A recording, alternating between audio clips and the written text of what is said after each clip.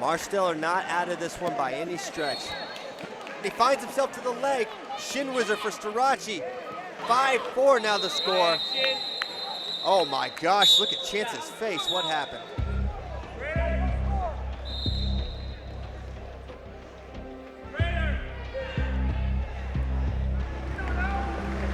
And Marsteller gets it done. And he'll face Ringer in the semis. Chance Marsteller, winner at 79 kilograms in the semifinals, which sends you into the finals. First of all, what motivates you? What's your motivation? It was a good time. Tell you guys, like, it's been coming up on 2 years exact soon. I was an opioid addict. I was addicted to fentanyl, and I don't want to go back. He was like an urban legend.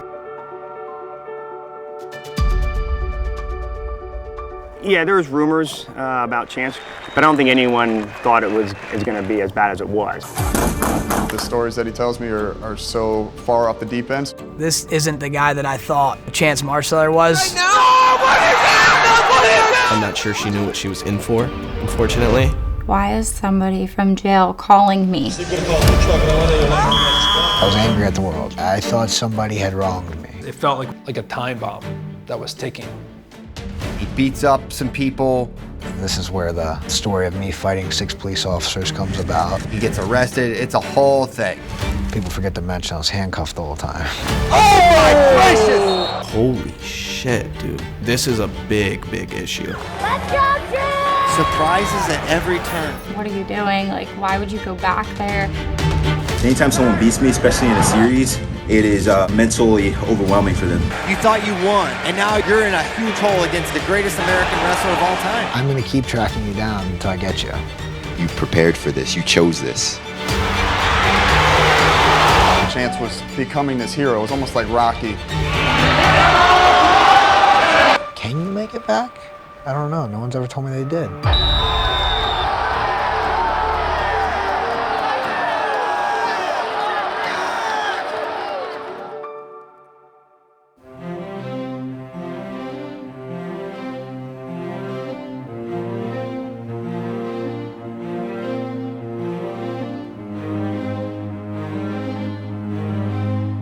It's like an old grandparent of yours at one point saying, I don't care what you do. I don't care what you choose, what field you choose to go in, what profession you decide to follow. Whatever you do, be the best at that one thing though.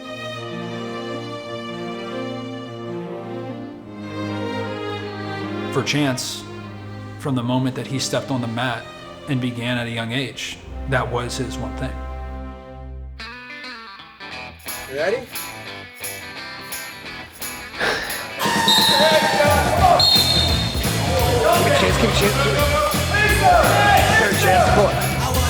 Wrestling is an extreme sport. I'm an extreme person. Come in, your whole body! In order to understand me, you had to understand wrestling. You get in his face right away, and he will break. You understand? I kind of started wrestling about the time I was 8 years old. I loved wrestling, so like, you didn't have to force me to do it. With Chance, it was always very straightforward. It was whoever's in front of him, he's going to beat, and then he goes on to the next guy, he's going to beat that guy. It's hard to be great at stuff like without like an extremity, I think. Like it's hard to be great at stuff without like a true like love or care or want or fire. Good for him, Chance. And then he goes on to the next guy, he's going to beat that guy. We got to not pack so heavy on the way out to a tournament because we got to save room for the medal or the plaque and all the other stuff to come bring it back. I remember him like in 7th grade going to high school tournaments, double bracketing, just beating everybody. You just hear these names. Who is this kid? He was like an urban legend, and I was coaching at the time. We had some kids who were talking like he's gonna be, you know, the next 4-time national champ. I think he was only in 8th grade. I remember hearing about Chance when he was in middle school because he was entering college opens and winning matches. And he became, you know, mythological at that point.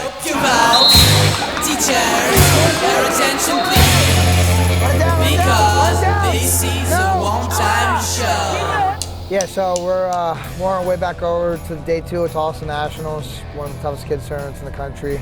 Hey man, hey boys, Fast, strong, start early, score early, wrestle on the edge. Stellar trained my club. We brought out about 13 kids. Gritty, mean, all right? Mentally involved in the match, the whole match. I go out and take it today. What's yours? All right? 1, 2, 3. Where's Red? All right. Nice, there it is. 1. I was lucky enough to have a club coach that was one of the greatest of all time, and one of the toughest states of all time. So my club coach was a 4-time undefeated Pennsylvania State champ. So like, people make sure to let you know, like, this is who you're wrestling for. Like, he was mean, he was brutal, he was creative. I remember stuff like this growing up with Cole a lot. You know, my first trip with him when I was 10 and under going to Tulsa. Rest it over, take your time. I remember going to eat that night, and I just remember Cole a lot, like, kind of like throws his fork on his plate. It's just like, I hate losing. Off your butt. 2 fingers. My reputation started to grow as I listened and bought into what my club coach was telling me to do. Like, Cole out was like, you go to a tournament, like, don't wrestle 10U. If you're 10, wrestle 12U. When I was 11, you go in the 12U brackets and the 15U brackets. Go get as many matches as you can. Got 100 matches a year when I was 9, quickly turned into 250, 300 matches a year for the next 4 years. I think Chance, his training and his skill sets and his technique were just a generation ahead of everybody else at the time. The way he was beating guys and the techniques that he was using, it's almost like his body was built for wrestling, and his mind was a one-track mind. Everything was related around getting better at wrestling, competing against the best. Kara's on the phone, he's like, what do you really want to do in this sport? So I wrote down, like, I wanted to be an Olympic gold medalist and a world champion. And I was 10 years old when I wrote those goals. What's the ultimate goal for you? Olympic gold medal, 2016. That was the moment I decided to shift my life into primarily just wrestling.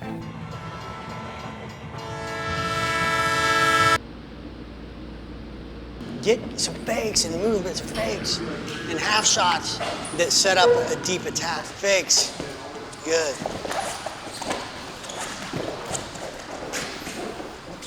Yeah, Chance, you're gonna be trouble there. It's based in movement. You get down there and you recover. Yeah, I saw his abilities just in practice, little things, in little moments that I took notice on just how good he really is. It was how he moved. His body would react to a certain shot that came his way on the left side, you know. It was his decision-making in spur-of-the-moment situations while he was wrestling that I noticed, like, wow, his wrestling IQ is off the charts. I appreciated that. So the first time I heard about Chance Marsteller, we were out at the Olympic Training Center, and he was this phenom high school kid that was winning everything. Then I got to watch him wrestle. I'm like, this kid is the truth, and I know he's going to make it very, very high to all the different levels in college and senior level, and then the story plays out a little bit different after that. So my name's Andrew Barnett. I used to go to high school with Chance. We were teammates, really good friends, more or less like brothers. And being a young kid, I just thought he was the coolest person ever. The fact that he was down to come to my house and hang out with me and then take me to a practice. And even like not knowing that he was a good wrestler, but seeing the respect that he got from the coaches. You're 16 years old, you're leading everyone in this room. These adults are listening to you. You must know what you're doing. If I'm not mistaken too, he lived on Marsteller Road. His family, I believe, was a big farm family. Describing, Marsteller Farm on Marsteller Road, part of the Marstellers. It was, a very rural part of southern Pennsylvania. We spent our summers working the farm. We helped in the fall, we helped in the spring. Growing up from a young age, we had a family farm. I think hard work was instilled in our entire family. That really meant all of your summers were now taken up by picking sweet corn, selling sweet corn, picking up and selling pumpkins. Chance definitely was a better salesman at the time, and I was the labor behind the scenes. I was the salesman. I was the 8, 9-year-old kid out in the front yard as our lead person selling the pumpkins. They owned a lot of property, and At the back end of his parents' property, there was a barn with 2 full-size mats. This photo would be from Chance's barn. I think we're all in middle school at the time.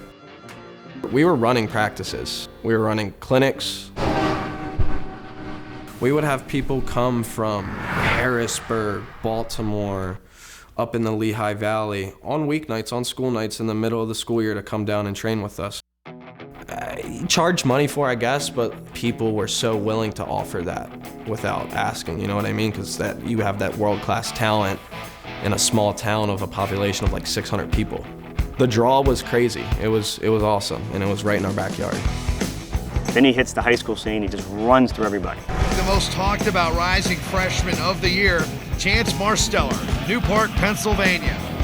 And #1 Chance Marsteller, I mean, what do you say about him? He's Apollo Creed right now. Yeah, he's a prodigy. 70 pounds, that's your #1 seed Chance Marsteller with a lightning quick takedown right off the whistle. Snaps it down, there's another shot. Takes it across. And the thing about him is he does not stop attacking the whole entire time. And then you see this kid in a duel. Everyone else on our team, we weren't a big wrestling school. Kids are struggling, having matches because no one can score a takedown. Or then you have this other kid coming out, Chance, he's tech falling guys in 45 seconds. And that's gonna be a tech fall for Chance Marsteller. This kid is tough. That's like, oh, he's really good. He's really good. Any mat that he's on, any match, whatever round, as soon as he wrestles, it just seems to people congregate around there. They want to see it. My dad, he was like, this Chance Marsteller guy, like, he's super good. He's coming to your school tonight. And I'm like, I've never heard of him. Didn't really care much about the fact that he was coming to my school. Even the balcony is lined with people. One, I like the attention. I like the spotlight. Marsteller going to work. So then that night, I was just there to watch. And Chance was like warming up, and he's like doing the whole smacking his face and smacking his legs and all this stuff. It just seemed like, I don't know, so extra to me. I was like, what is he doing? He does. He fires off another shot from the outside. Same one. Takedown. He's getting backs here, looking for a fall. Chance Marsteller. Oh, I think that's it. And he almost has it down to a science, almost. Like after the match was over, everybody was getting pictures with him and like asking him to like sign stuff. I didn't quite understand like the hype.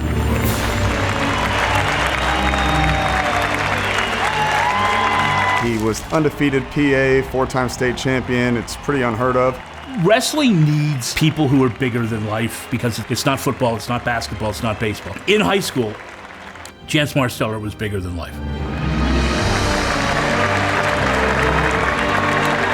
We're looking at a pretty special kid here with a really bright future ahead. At Hershey, when you get your gold medal, kids are allowed to come down on the floor and ask for your autograph. And Chance would be like wading through crowds of kids to get his autograph.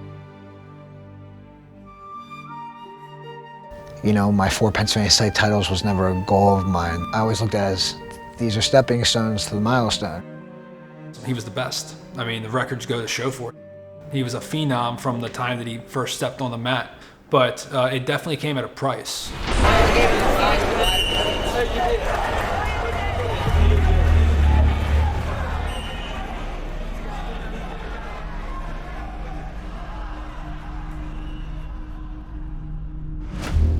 The upbringing was definitely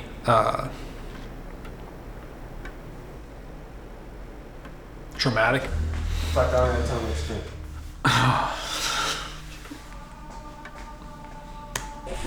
Should Lockhaven? Should we do anything? Tell him. I mean, tell him how great he thinks he is. No, don't do that because he's gonna hate him worse. No, don't do that. I mean, he hates him already because he thinks he's Harry.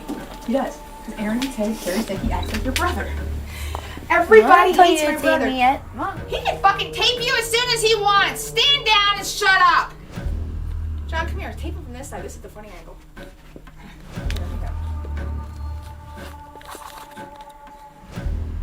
Okay, let me go. Bye. Love you too.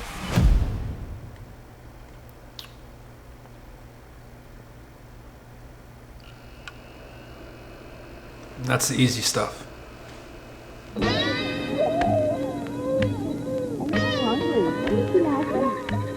They called us like the Marsteller six-pack. There was, 2 adults and 4 kids, so the 6 of us were always in a caravan going somewhere together, so they called us the Marsteller six-pack.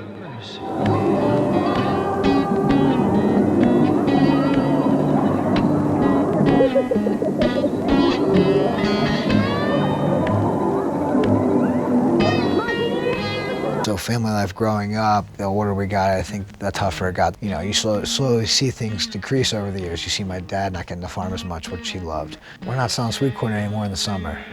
Next year, we're not doing pumpkins anymore in the fall. The fights in the house are picking up. The fights between my mother and I, my brother and my mother and I, my dad and my mother. Less family events, less family dinners, like just things slowly starting to deteriorate. Walk, Chance. Walk, Chance. Let's see you walk. You didn't know when the cops were gonna be at our house, like when I was in middle school and stuff. And He walks like an old lady. He does not have a stance. Oh, wait, let me zoom on that face. when I go to school the next day, and people at school be like, "Why are the cops at your house?" I don't know. They were saying what's up. Like, I don't, just trying to make up the next lie because it was a common occurrence. And every other month or, a couple times a year, the cops would be called, or, they would be present. They'd have to interview us and talk and stuff. Why were the cops showing up at your house? I just think, this is an area I would like to tread a little bit lightly on. My relationship with my mom as I grew up was good when it was good, and it was really bad when it was bad. I would say my mom's alcoholism was at a peak at the time. You don't know what somebody who is black is going to say to you or do to you. But she had a big heart. You never knew when she was going to throw a party for you or something. But then you never knew when in the middle of the party it was going to be like so embarrassing that you wish no one was there. You never knew what you were going to get. It was like having a drill sergeant come in and flip your bed up in the middle of 2 a.m. in the morning. You didn't know. I didn't want to be home. I never wanted to be home. The hot and cold, the on and the off was, it was real. It was constant. As that happened, it was feeling my fire, like driving me away. Mm-hmm. My fire, like that was originally probably fueled by, desire and grit and just love for wrestling. I think it started to become kind of a fire fueled by anxiety and anxiousness and escape.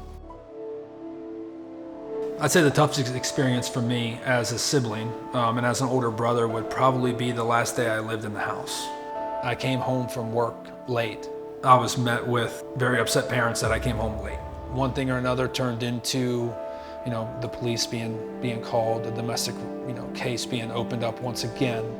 My initial thoughts were, hey, I must be the problem, And it was kind of at that point where I had it. And I remember the next day, and I had my bags packed, and I just remember going downstairs and looking at my brother, and I said, hey, I love you. I'm sorry. And gave him a hug, took 2 bags and left. The record goes to show that when I left, everything got bad. Stand down and shut up! Everything for him got bad. Looking back on it, I realized that me leaving just meant that now Chance had his responsibilities and now he had mine. I threw them on him instantaneously with a hug and a goodbye. As I got to high school, things like that's when things really kind of got like to the unbearable point. My brother wasn't at home anymore. He was in the Marines. It's a picture of me graduating boot camp. Had to be in January of 2010. He came down to Paris Island, and this was probably the first time I had seen him, touched him or anything like that since that night I left.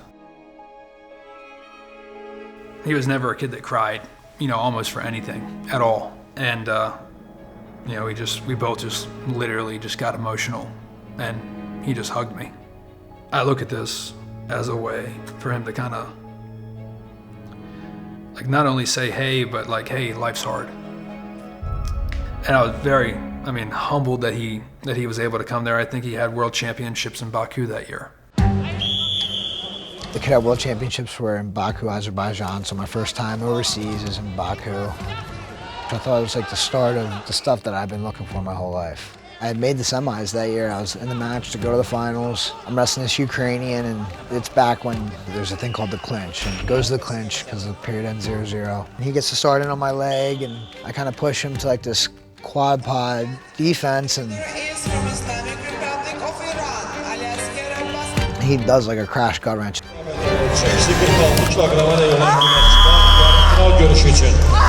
Kırmızı giyimde İrakli Mkhaidze, Gürcistan. Göl giyimde Vasil Mikhailov, Ukrayna.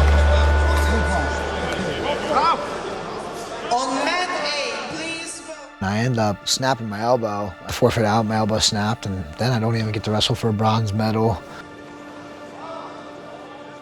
So I come home with a 5th place finish, and I come home just super angry at the world.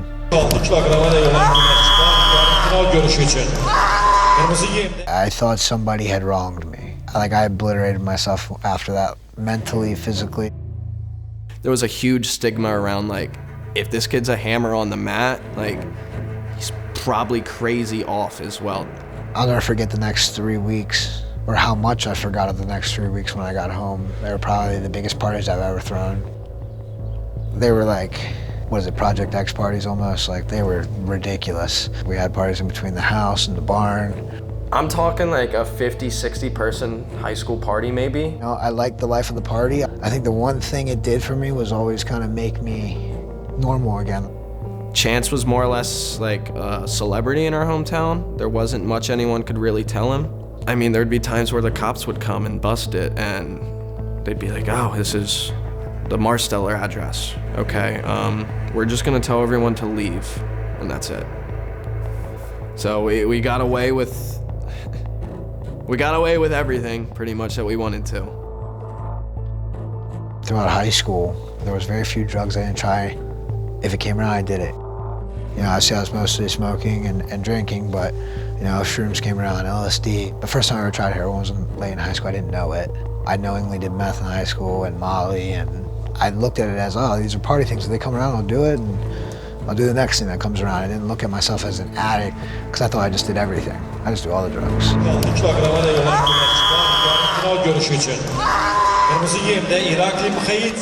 know, there's this facade. I won 4 state titles, undefeated. I do all this wrestling stuff. Facade, I was maybe probably a little bit better of a person than I actually was.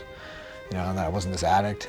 Yeah, there was rumors about Chance and his lifestyle growing up a little bit, but I don't think anyone thought it was going to be as bad as it was, right? I don't think Chance did either. My first real big tournament back after the World Championships was that December at Powerade. And here we go with the big one. I was going for my 3rd Powerade title. It's a big tournament in Pittsburgh. At the time, I was like #1 in the country, 160, and there was a kid named Cody Werchak. He was #1 in the country, 170. Well, I mean, that's what a lot of people are talking. Chance is phenomenal, but Werchak, he's one of the best in the country, one of the best in Pennsylvania state history. It set up what I think some would say is one of the craziest matches in high school of all time. You know, and there's a hush over this gym. Everyone is just like glued. What's gonna happen? What's gonna happen? Marsteller works a 2-on-1. Both hands look like above the elbow, looking for a pull. There was some just absolutely crazy scrambles where I almost scored like 6 times, and then he would get to my leg, and I would do the splits. Marsteller doing the splits! And I definitely looked out of shape in the match. And hopping on 1 foot, Marsteller brings it up, loses his footing! Cody Werchak tries to counter, Marsteller hanging down to the leg, is basically back to where he was. Stepping over from the hips here. Great action, Marsteller still in control of the leg, has it up on his shoulder, in position to score. Werchak showing incredible balance right now. Oh, what is that? What is that? I think it was one of Flo's, like most of you like video that you guys had. Chance Marsteller makes his way back to his feet. That was obviously the closest I ever came to losing in high school, and really the only real close match I ever had in high school. Everybody talks about it's this awesome match. It was the last match of the night. 2 #1s in the country. But I look, and I won. But I look back when it's still just like knowing the context behind it, like, what could I have done? To me, the video would have been a lot cooler, like if I, you know, would have been sober and put the beat down on him. That's gonna be it, Chance Marsteller gonna win this one, but look at the crowd on their feet, ladies and gentlemen. The most exciting high school matchup this season. So the wrestling match that I met Chance at, we had like a little short conversation and kind of started talking and then quickly started dating afterwards. When we were at that dual meet, like what I noticed was her from, you know, across the gym right away. I thought, like, she looks flawless. It seemed to be very serious off the bat, like he knew what he wanted. As far as Jenna as well, I'm not sure she knew what she was in for. We just really were honestly inseparable from the time we started like really talking and getting to know each other.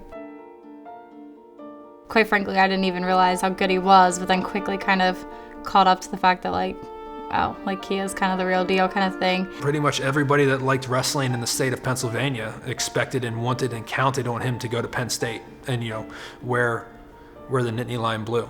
And there's a certain breaking point that you have, especially as a teenager, the same way that I did. And he had it as well, and he needed to get away from it. Please turn your attention to the video screens for a video on our Dave Schultz High School Excellence National winner, Chance Marsteller.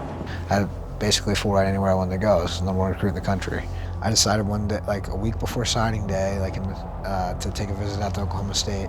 And it was just like, oh yeah, there's a ton of tradition here. I'm gonna go here. You know, I'm gonna be part of the new guard. And on signing day, you know, that week I signed with Oklahoma State.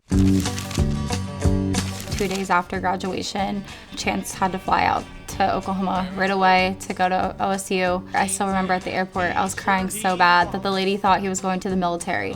She's like, you can go to his gate and say goodbye. Like, that's gotta be so hard. I was like, he's not going to the Army. He's going to college. He's nothing more than a modern day cowboy who fell.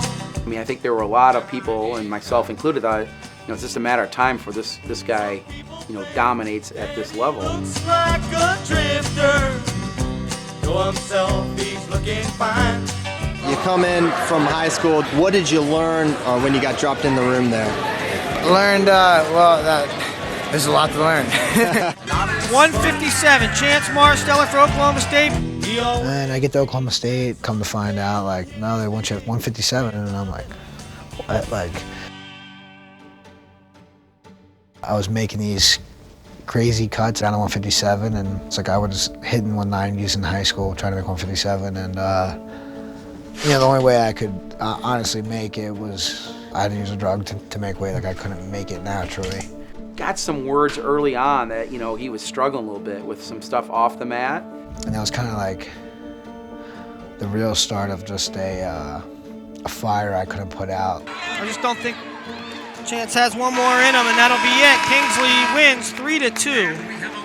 It just almost looked like he wasn't Chance. You could just see it. Yeah, what a crazy thing to say, but I do think that Chance was better in high school than he was in college. That's so backwards, it's so impossible to do, but once he hit that downward spiral, he just wasn't the same. He had 160-some matches in high school. I watched a lot of them. He just was not the same kid. He didn't have the same energy. I didn't know if it was weight cut. You just don't know those things, right, from the outside. Riding time, 18-6, final score. Once we were moving to Stillwater and like things just kind of went like downward, it was kind of hard to watch, you know, just like seeing like his confidence kind of diminish. As far as me knowing what a day-to-day looked like or looks like in Oklahoma State for him, I'm not that involved anymore. It's more catching up after my duels, after his duels, asking what the heck happened in the Iowa match. Why did you look like you've never wrestled before? Marsteller hangs on. You called it early, Tim. Marsteller was not into that bout after the first 3 minutes, but I relied a lot on the winning, right? I didn't lose for a long time. I didn't lose all of high school. And, you know, I'm taking losses at 157. I was like 14-4 in my redshirt year. Taking losses I just don't think I would have ever taken. Not long after he started, that, you know, became evident that he wasn't going to be quite the phenom right away. When I first moved out to Stillwater, everything like seemed all grand, but once he started having to make that cut, things started to kind of spiral. Our relationship definitely took a toll. He's miserable. Then my parents are separating. I'm miserable. I'm coming home crying every day. I eventually just like packed everything back up in my car and from Stillwater and drove home. I stayed in Oklahoma on Christmas because like we're training through that period and whatnot, and I get caught with a couple guys in a cul-de-sac in a car Christmas Eve and a Christmas morning, and I'm in the back seat and get booked for like a minor like possession charge for smoking weed. I was making 157 at the time. Like, this is just my life. I don't know what's going on. I told Coach Smith, this is it, dude. I'm done wrestling. Like, I can't make 157 anymore. Like, I didn't even know if I wanted to transfer yet at the point. I didn't even want to wrestle. So I quit the team. And he ends up tweeting, "Not a quitter, but I'm done with this sport. It no longer needs me, and I will no longer suffer from it." This was troubling. But I was starting to spot out of control. Like I was doing anything hard at that time, between the oxys and Xanax and crystal meth again at the time. I think I found out from a couple friends in the wrestling community, this is what happened. We're not sure what's gonna happen after this. Directly, like right after he was released, kicked off, or left Oklahoma State, he got a flight from Oklahoma to BWI. I was at work, and my brother and my other really close friend went to go pick him up from BWI. They get there when he's supposed to be there, can't find him anywhere. He's lost, is what he's saying on the phone in the terminal. I get home from work, they're in my basement all hanging out, and he's like a zombie. And I'm like, yo, what the fuck's going on? Like, what is this? We get him to start talking, and he tells us that he more or less swallowed an entire bottle of Xanax, and that he's demanding us to get his second bottle of Xanax out of his backpack. He ends up wrestling a bottle of liquor away from someone, starts drinking it, and we rip it away from him, and then pretty much the rest of the night, all of us are on this crazy chance watch of like, oh my God, is this kid gonna die? What is going on? Is he actually on this? Like, we don't know. But it was like, holy shit, dude. Like, this is a big issue. The losing I was doing at Oklahoma State, I kept blaming it on the weight, not the drugs, not my actions. I kept blaming it on, the weight cut. That's why I was losing, but I didn't know how to handle it. I was fully convinced that changing scenery was gonna fix it. We heard that, Chance was leaving Oklahoma State and was leaving the sport of wrestling. I think I went to Scott at that point and said, hey, we need to get this kid. And Scott sort of looked at me like, are you sure? And I was like, yeah, I think there's a lot of different reasons. As soon as the last days of classes were over in May at Oklahoma State, I got on a Greyhound bus, and basically the clothes on my back, and took a Greyhound to Lock Haven. Once he was released from Oklahoma State, it was already understood that he was coming here. We just then had to start working through the red tape. What does this mean? What's the next step? When does he show up? And I remember being on this Greyhound bus, and I was definitely withdrawing off all kinds of stuff. Sick on this whole bus right there, and I just kept telling myself, I'm gonna get here, it's gonna be different. There really wasn't much expectations other than we knew, hey, this guy's one of the best wrestlers of all time. What state of mind is he gonna be when he gets to campus?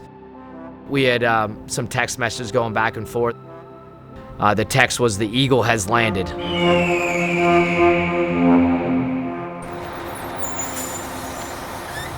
That was a moment for me of like anxiety but excitement. I remember my first practice there. It was a 3 o'clock practice. We were doing a little bit of cardio, then drilling. So I was pumped. I was excited we were getting this guy. I'm like, this is gonna be awesome. Another training partner, another guy to bring the room up, that sort of thing. He showed up with a backpack, walked in the gym about 15 minutes late, and just looked like a shell of himself. I think he weighed 155 pounds, which was not like him. He's a guy that when he's eating and lifting, he's 180 pounds. And I could see the look on the coaches' faces. Like, I basically walk right in, throw some shoes on, like they're jogging. I jogged like 3 laps with these guys, and was like, I just looked like I was like a ghost, and I jogged 3 laps, and about died jogging 3 laps.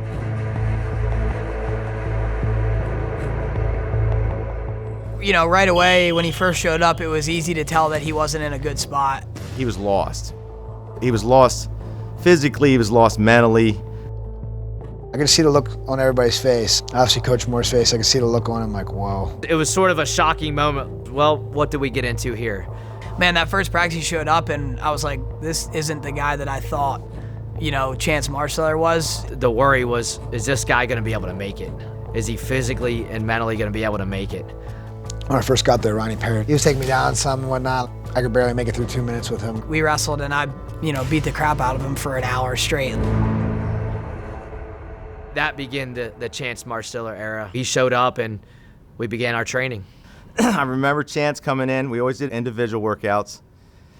It was usually like 8 o'clock. He'd always come in at 8:03, 8:04, 8:05, 8:06, 8:07, never 8 o'clock. It's like, I don't know what's going on with him. Why is he always coming here at 8:03? And I'm a person that be here on time. And a couple times he just sat in the locker room. 8:03, he come rolling in. I go, what are we doing? And I said, I'm going to tell you what you're doing. So I'm going to tell you exactly what you're doing. You're afraid of authority. So you hate someone telling you that you have to be here at a certain time. He just looked at me and laughed. I said, I'm telling you, that's what it is. And then from that point on, he was here on time. To our surprise, the next day, he showed up. It was like a much improved version, just after one day. He was wrestling 3 times a day. And it was almost like every time he was at practice, you would see a little bit more color in his skin, a little bit more confidence.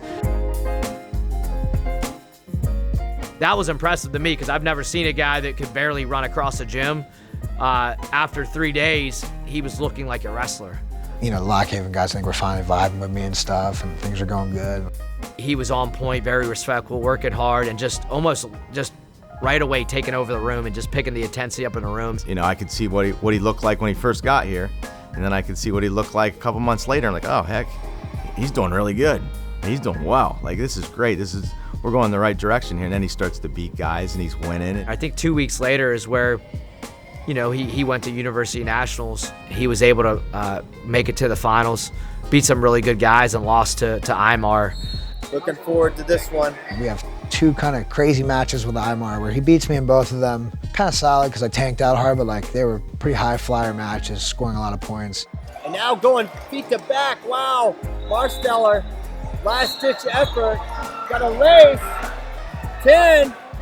Like I'm like kind of back, you know, I'm wrestling good at least. Isaiah Martinez takes an awesome match 1, and the crowd loves what they just saw from both these guys. To have a guy representing our program with that name back in the state of Pennsylvania where he was born and bred and everybody knew him, and competing for us on the big stage, just the notoriety as Chance Marsteller's at Lock Haven, it was like, wow, this is really cool. By the time I got comfortable and realized like, oh, I'm back to where I need to be, that's kind of leads me into 3 days before school started that fall,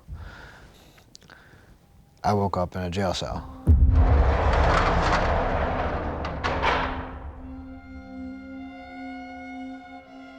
I look at the man on duty. When you guys let me out of here, like, why am I in here? And the dude took a while to answer me, and finally he came up to me and goes, buddy, you have no idea what you did, huh? I'm like, no, not really. The guy looks at me and like puffs and is like, dude, you don't remember? Like, you ain't going nowhere for a long time. And we went over to the county jail and met with him. At that point, I think he was still sobering up, and he was just sitting there just in disbelief. The scarier part was my cellmate was a guy I watched a Dateline NBC about who had murdered his ex-girlfriend. Yeah, probably go to Houston, yeah. So after I'd left Stillwater, we hadn't communicated at all. It was just kind of cut and dry, nothing for about a year. And then once he got to Lock Haven, out of nowhere, I got a message and a friend request on Facebook from him. And I like kind of looked at my phone like, no way. And I was just like kind of at the point where like I needed to see this through. So I was like, hey mom, I think I'm gonna go to Lock Haven and like just go see him. I'm like, either it's gonna go really well or it's gonna go really bad. And that's just kind of like where it all started again. So what had happened the night before is We were partying the night before.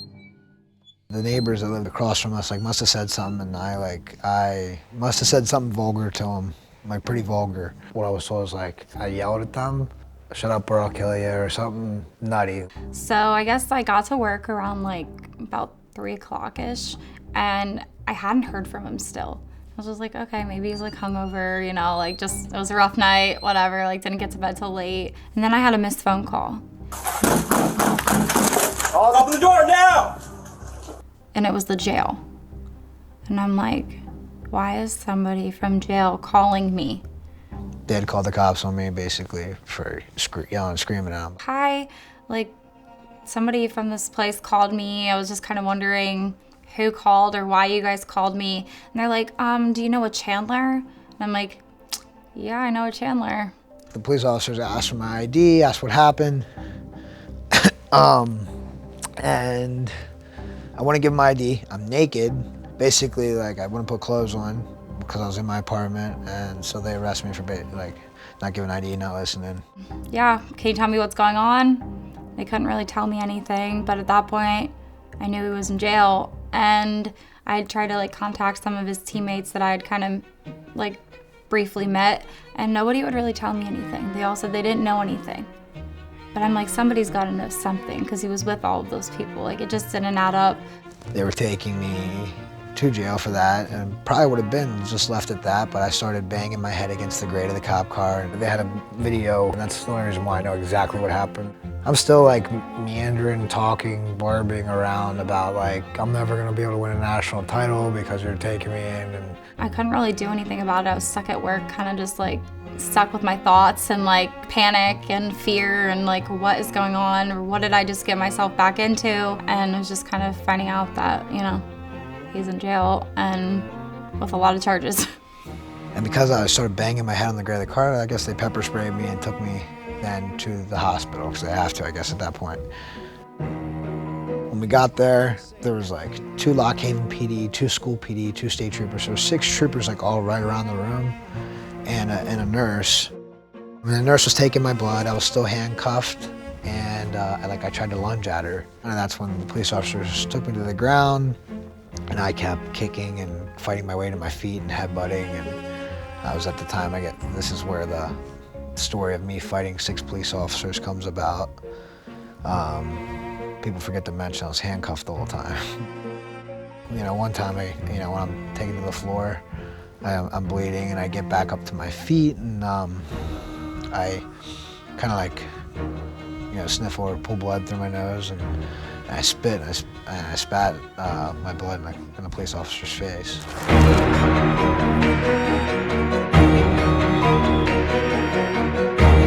I think that was the moment they were like, yeah, we're not giving you any more chances, dude, we're done. And, so when I was getting arraigned, I find out they gave me 21 charges. I think everybody was trying to kind of keep everything as hush-hush as they could, but it's kind of hard to do that. Lock Haven's a small town, and on top of that, wrestling is a huge part of the community, a huge part of the school. So when things happen within, the wrestling team or within the wrestling community in Lock Haven, word travels super fast. So when I got out and stuff, I hear people tell me about how they heard it on the radio and stuff, and it's in the newspaper. And his face is plastered across every newspaper in my hometown. It kind of really made it hard to sell my relationship to my parents and my family and my friends, because I'm like, oh, things are different this time. The gossip hit out pretty fast. Within, a few hours of the next day, there was a buzz about it, I guess, in town. I was a big transfer in town, and I was only in town for a few months, and I think people had high expectations for me, so I don't think anybody was very happy with me. I'll be honest, I think the initial reaction was kind of screw that dude.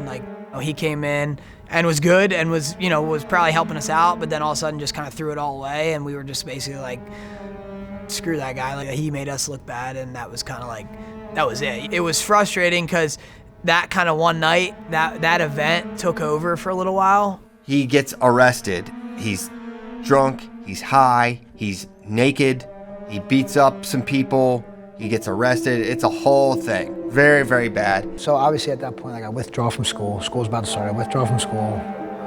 We got all this stuff to go through. I don't know how bad it's gonna be.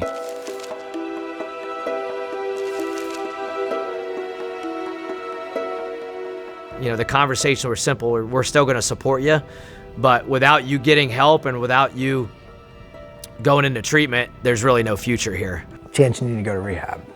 And I'm like, what are you guys talking about? I do not need to go to rehab, and I'm not going to rehab. I do not have a problem. Like, well, regardless if you want to go or not, like, this is how you're going to get through it. You need to do it. My only motivation to go to rehab at that point was to get out of trouble. He was really just saying what he was supposed to say. I was telling myself it was just one crazy night. And I just kind of was more naive to like the problems for so long. I think I just thought it was normal, like college, high school stuff, until I realized that maybe it's not.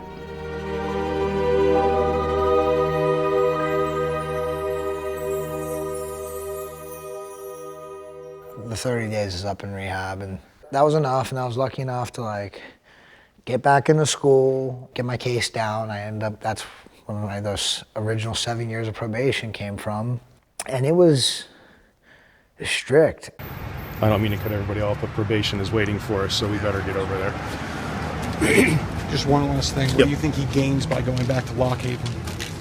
I think it's part of his, it's been part of his process as far as recovery.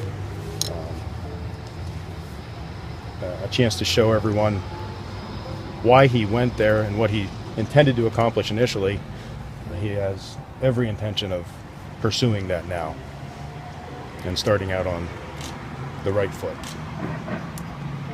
So at that point, I was up for a promotion at my work, and I decided that it was either I take the promotion or I put my 2 weeks in and I moved to Lock Haven. My head was saying take the promotion, and I think my heart was saying move to Lock Haven and like make sure you see this through. So I get back into school, and Jen and I, we get an apartment up at Lock Haven, and things were good. After that whole incident happened, I guess I had heard that, you know, he wants to get clean and he wants to work his way back to be on the team. This fly is up right. We're sitting on my head for a while. It's by you now. I think he had kind of gotten his act cleaned up for the most part. And a lot of people counted him out. I think he needed some people like us to believe in him. Great anticipation, Lock Haven fans, their first chance to see Chance Marsteller. Even when he did return, there was a lot of questions. All the exposure, all the buildup, it's like, when is he gonna put a singlet on? When can we reap some of the rewards of him not only scoring points, competing for us, but people saying Chance Marsteller wrestles for Lock Haven University. I mean, that was a big deal. Growing up in Pennsylvania and knowing his status and trying to build a program, that was a big deal for us, is the day that happened. This is the moment Lock Haven fans have been waiting for ever since they found out Chance Marsteller would be eligible first semester. There's a lot of build-up to him competing, and it happened, you know, against the Rutgers in a big duel. The guy who was on his lowest of his lows and found a way, found a path, you know, won over the community, won over, you know, his wrestling family. The fans have come out in droves, and they are still streaming in. We always knew if Chance Marsteller was at Lock Haven, there's gonna be a lot more fans. The crowd's gonna be bigger. And you said it, Marsteller has been through so much, but through it all, he has not lost the ability as a quick takedown in a 2-0 lead. We were able to knock off a top 12 program. Our room got better, the level came up just by him being here, just his presence alone. You know, they call it the rise. It's because he was here. The whole team got better. Marsteller really was the one who wanted to be here and wanted to make it work in Lock Haven. We knew he was going to be good. He committed and sacrificed a lot of his time, paying for his own school, never asking for scholarship, and never expecting it, just saying this is what I got to do. In order for his journey to have a sense of completion, that he had to make his Lock Haven experience right. That's when things really started to move in the right direction as we got that season started. You know, I got back into school. I had a 4.0. Jen became pregnant with Cannon. I made the senior world team trials in place. won university nationals. Like that all happened while I was like clean sober for like, I made it a little bit. I made it like maybe 6 months or so. For me, that was a long time. Yeah, after he started wrestling for us, keep in mind this whole time he's on probation. He knew that if he messed up that, you know, he was gonna spend some time in jail. Then my back started hurting again and I started going, well, I think I can figure the system out, just like any good drug addict. Because I had to get drug tested every week. And this is kind of like the stage of like, call it the 5 and 2. The 5 and 2 was basically I would use for 5 days, I would get high for 5 days on oxys or opioids. The only reason I was doing this drug compared to any other drugs because I knew I could get it out of my system in 48 hours, 2 days. It was a sketchy lifestyle. Ronnie Perry saw it because he kind of called me out on it. He had called me out once or twice in college, like always going like, why your eyes like pin drop? I just told him like, dude, I know you're doing something. So he had to get good at you know, hiding it the best he could. For him, every time he got in trouble, he found a new way to continue the two things he wanted, which was one, using the drugs, and the second was also wrestling. And what he did was he found ways to be able to fool more people. As far as Chance hiding things, I'll be honest with you, he was great at it. I think I was probably naive to the situation. Now you look back at it and you're like, yeah, maybe there was some other stuff going on that, you know, he was hiding very well.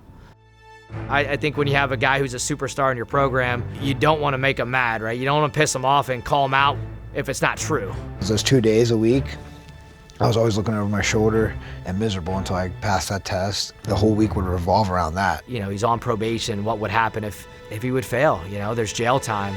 Big time trouble for Marsteller if Wick can convert here. He doesn't want to go across his own back, but he's going to. Wow! Look at here, he may pin it. Yes, he got the fuck. I'm trying you, don't spill any on you, Mr. Kit and Tagliata. Wow! When I got third at Nationals in Pittsburgh my senior year,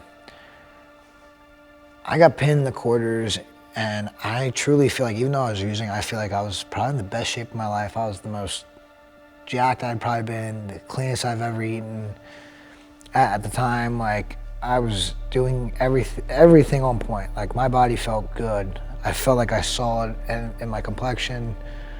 And I got in a weird scramble with Wick right away, Evan Wick right away, and got pinned in the quarterfinals. Came back and beat him for third, but all I remember is walking off that mat in Pittsburgh after the quarters, and it was God just going, you don't deserve it, buddy. What you're doing in the dark just came to light.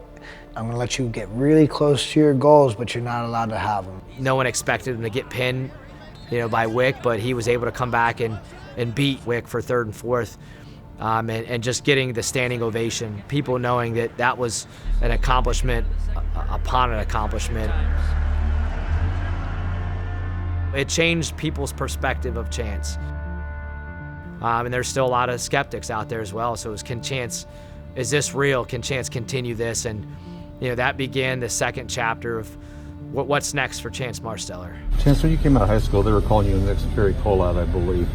Could you talk about that undue pressure and how you dealt with it? And are you more proud of yourself as a person than as a wrestler through all what you've gone through? Yeah, I'm definitely. I've said it multiple times now. I've redefined myself over the past 2 years. You can ask Kerry, ask my mom, dad. Like I've said it since I was a kid. I don't want to be the second Kerry Collat. I want to be the first Chance Marsteller.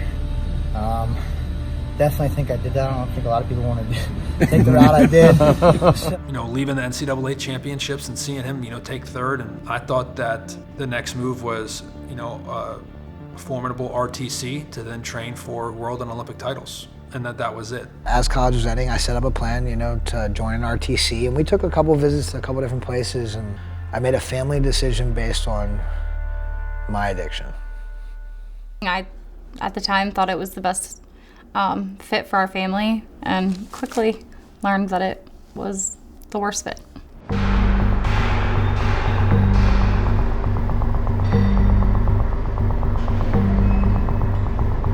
As we moved to Lehigh and I dove in with the Lehigh Valley Wrestling Club, like that was my first professional job as an RTC athlete.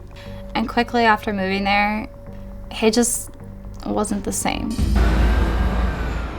I knew if I lived here, my probation's gonna be down. It's not gonna be as harsh. I'm gonna basically be able to do whatever I want 24/7. I had to be high all the time. Like I couldn't be at practice not on it because I'd be sick. I was spending hours a day out of the house to make sure that I had what I needed so I couldn't be sick when I was around people.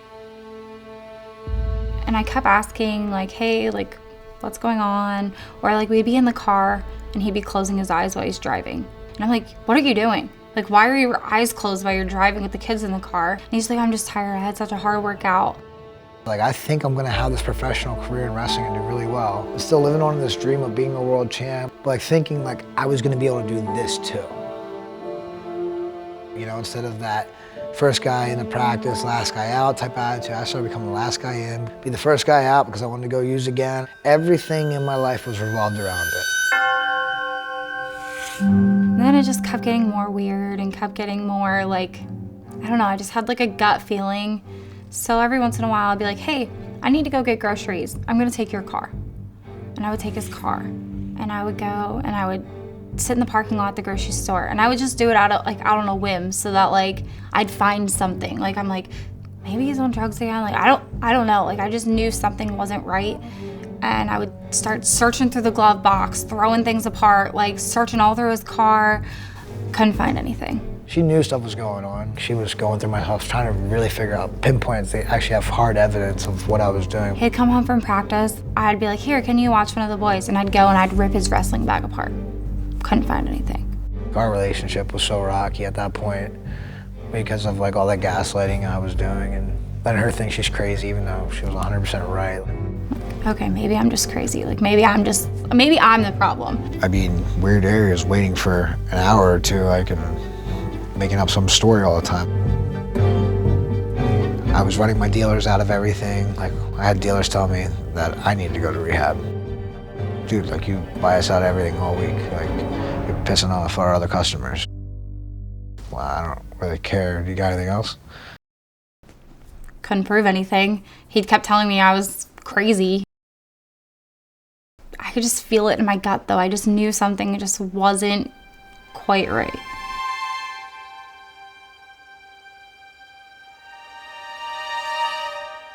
I accepted I had a problem, but I couldn't change it at the 2019 US Open down in Fort Worth, Texas. Underway, quarterfinals. We're at the US Open in Texas. It's the qualifier for the Olympic trials.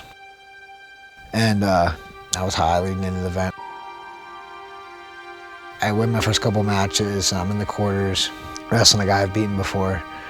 And all I'm thinking about is I know I can't pass a drug test tomorrow if I win. And Chance needs a little time. He's been battling some injuries. And I want to get high tonight, and so I know I'm definitely not going to pass the test. I basically let the dude like take me down, turn me. And looking on that gut left side after transition, goes left to right. Great gut wrench.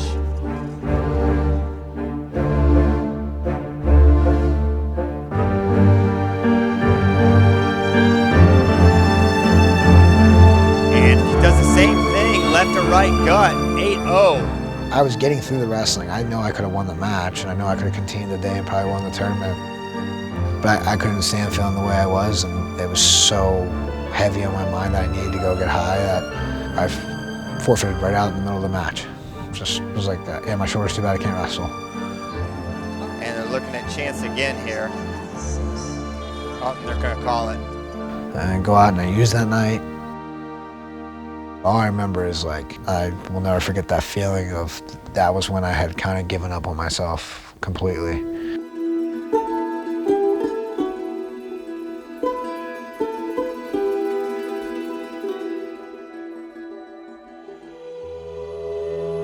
That was when I had kind of given up on myself completely. Yeah. It's in the throes of addiction, right? You know, that's... Yeah, I remember that. I do remember that match really well now, because I remember Jeff and I were just like, wow, he forfeited out. This is it, right? So, and at that time, you don't know how injured a person is or not. But that's what addiction will do. It'll lie to you too. It'll tell you you're no good. They're all lies, right? But that's what addiction does. Guys, that breaks my heart, because that's tough to watch right there. The next morning was like the first morning I ever could look at myself in the mirror. Because that's the point where I sacrificed my lifelong goal so that I could remain high, but I couldn't stop until I was pushed into it.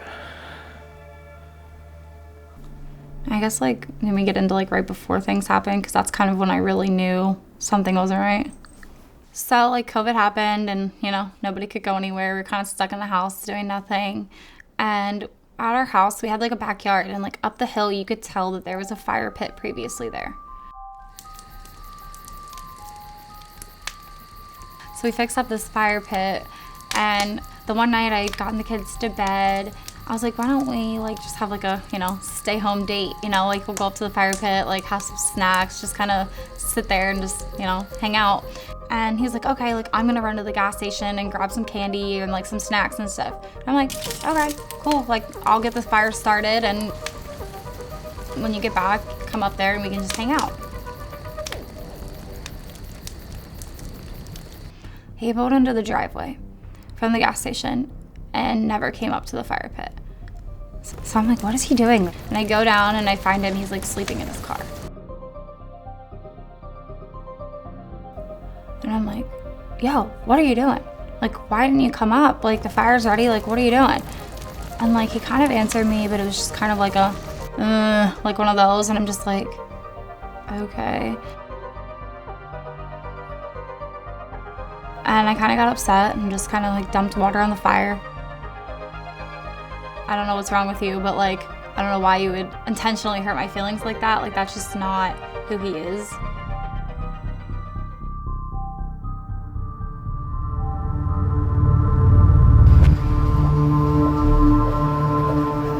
And there's probably some signs early on, and then all of a sudden, you know, COVID hits, and then boom, we don't see anybody, including our team, for about 7-8 months. Then you start hearing rumors. When I thought it couldn't get any worse, like COVID exponentially changed it even more. We were off to the races. I was doing probably so much fentanyl that like, I think would kill most human beings. You know, I was supposed to be going helping out some kids that day, and this was the first time in a while I couldn't get what I needed. When you get that way, when I'm going through withdrawal, like the two things, like my bones just feel like they're gonna snap. Addiction in general, I liken it to being hijacked. Probably the very worst thing is like just the frenzy in your head. Like, you don't get to make the decisions. It is so stuck on like somebody just poking you over and over and over again, like the frenzy of like these feelings aren't gonna stop until you get high. So I get this call that, hey, he was at a clinic, he didn't seem right. Like he was just kind of mumbling his words, he just seemed off. My one dealer was at absolutely everything, yeah. I was losing my mind, and I ended up taking fake Xanax. Addiction, it will veer you off the road. I'm driving up to go do my lessons, and I wrecked my car. It's really destructive. I get taken to jail, and COVID was such a weird time that these dudes, they let me out of jail. Like, I wasn't like bailed out, like they let me out after I was charged with DUI, and I'm still out of my mind. And I walk in the house and I start arguing with Jen, and I was in the middle of washing my hair actually, and he shows up. I'm like, how did you get home? Where did you come from? And he was like, I've got to go get my stuff out of my car. And I'm like, wait, no, you're not going anywhere. Like, we need to talk about this. I take her keys. Before I could even get out of the shower, put a towel around me to go outside and say, what are you doing? He was already gone. And he was just so insistent on getting back to his wrestling bag. And I'm like, what is so important about this wrestling bag? Like, what is going on? What are you doing? Like, why would you go back there? Like, why are you so fixated on this bag? For some reason, I basically went back to the same spot.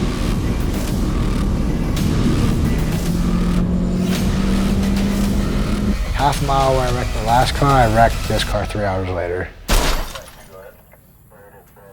Both accidents happened, and him getting released from jail twice within like a 3-hour time span. After the second time, they called me And we're like, so when are you gonna come get him? This was like the beginning of what I would say is the end. And this is like the point where obviously she knows something's been up. I have to come clean, tell her exactly what's been up.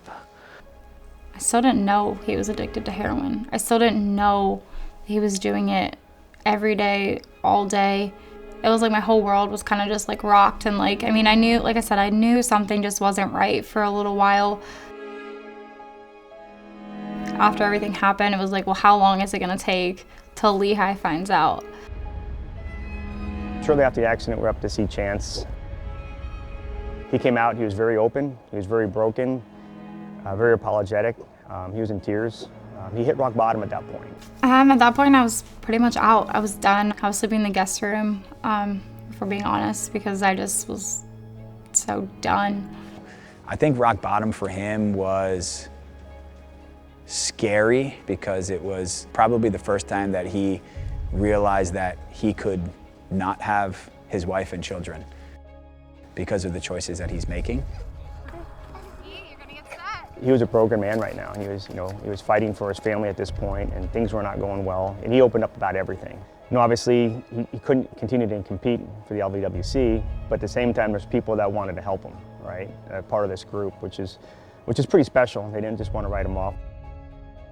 I told my family I need to go to rehab. Like, I know I do. Like, and to them, like, I think they knew it was bad, but didn't know how bad it was. At that point, I just was like, all hands on deck, like, go ahead, go to rehab, go do what you need to do, and hopefully this, works. Because like the first time it was honestly like a joke. This like has to be like your saving grace at this point. Like you've got to go do something, try to fix whatever you can fix. And at that point, I didn't know if there was any fixing between him and I. What do the next 10 years look like for an individual in that state? Are they successful? Do they get sober? Do they go to prison? Do they go to jail? Do they have a family? Do they die? I knew as soon as I walked through that door, like, I knew I wanted to be better for a while. I didn't know how to do it, but I knew as soon as I stepped through that door, that was how I did it. Like, take the first step. He realized he didn't want to be this person. I just knew I was going to be okay. Because, like, I got here. On my own will, on my own accord, this is what I want to do with my life. Most people had given up on me at this point. So I knew at this point, like, if I didn't do it for me, ain't nobody else doing it for me. My counselor, after she dug into my story a good bit and, figured out a lot about me, she pulled up this TED Talk. The guy's name's Tony Hoffman, and he did a TED Talk on the stigma of addiction. This young man is about to use heroin with his gutter water. What do the next 10 years look like for an individual in that state? And he opens up this TED Talk about how he's on the front page of the biggest BMX magazine by the time he was 18. Goes down this path of heroin and oxys and ends up in jail. And it just reminded me, I was on the front page of Win twice by the time I was at the age of 18. Right away, it's hit home. And I was confronted by stigmas. A cop called me into the office when she heard about what I was talking about with 8 other cops in the office. She says, hey, we hear when you get out of here, you're going to race BMX professionally and go to the Olympics. I said, that's right. She said, no, you're not. Don't fool yourself, kid. You're going to come back in here just like everybody else. But I walked back to my bunk and I said, don't listen to that lady. And his story was the first time I ever heard my story through somebody else's mouth that I just related to so much. And I just remember like this pain coming out of me. Like I just broke down and cried and cried and cried like a baby, like to my counselor. Because I finally was like, dude, I'm not alone. Like there's always this notion in the back of my head, like you're never gonna be back on the page of a magazine again. I didn't know, like, can you make it back? I don't know, no one's ever told me they did.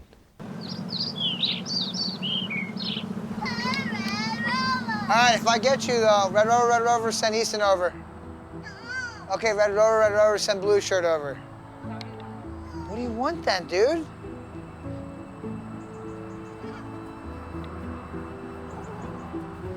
Yeah, they're mama's boys. When I got done with rehab, somehow Jen, she met me and picked me up. That was really kind of the start of like us growing our family again. No, what are you doing? You guys want to play tag? Finishing out those like 30 days, I was starting to see Chance again. I could see the dad that I always knew he could be. Let's see the running one. And the partner that I always knew he could be. Like, it was all starting to finally, like, I could finally see it. Show him your dance moves. And I think that was one thing that he really did well of when he got sober, putting wrestling last. And I know that had to have been like the hardest thing he's ever done because that's all he does. I mean, he literally like starts to get like the itch after like 2 days of not being on the mat. I think for so long, he was always just like defined by his wrestling. Obviously so. He's pretty good at it, you know? So like it kind of makes sense, but also like you have to be able to see who you are other than that. And I think once I could start seeing who I knew he was all the time, like I think things started to kind of click. Towards the end of like being in the thick of things, I kind of questioned like, will he ever wrestle again? Because like, is somebody gonna take another chance on him? Chance, so you went pretty hard Friday? Yeah. Okay. It's really up to you. Okay, well good. This practice, it's not a barn burner. It's more focusing on some areas and just feeling. Any questions? All right, play basketball? Yeah, sure, man. You guys wanna play basketball? Let's go 10 minutes. The basketball skill level is, it's unbelievable. We're terrible.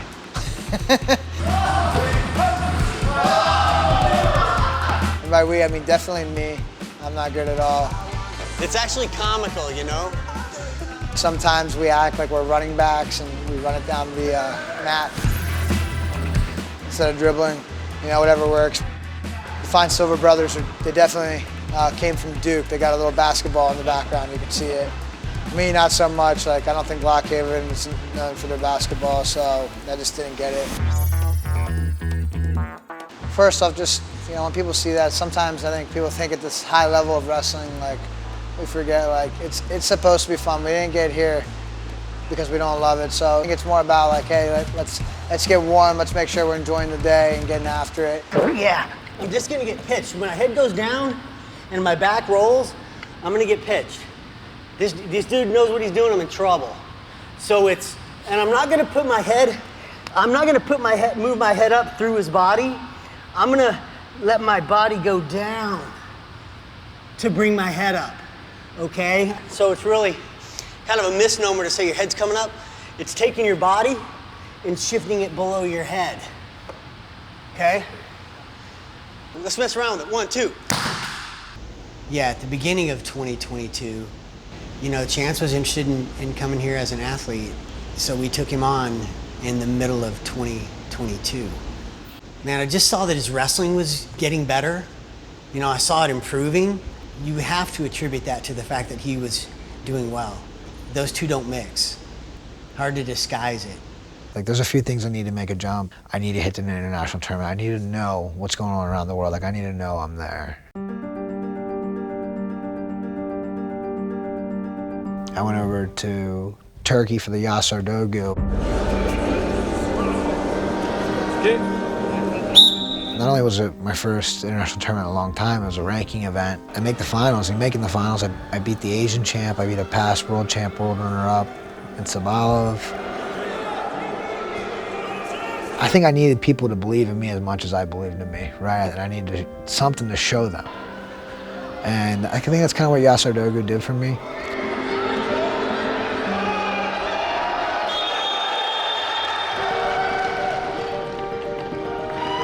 Make the finals against JB and lose JB for the second time in my career there.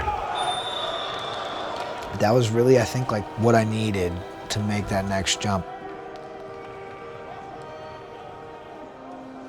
You know, once I kind of made that jump, I felt like that's really where like my career was finally back in like full bore. So we get out the world team trials, and I had two coaches basically between Kendall and Reese for my corner.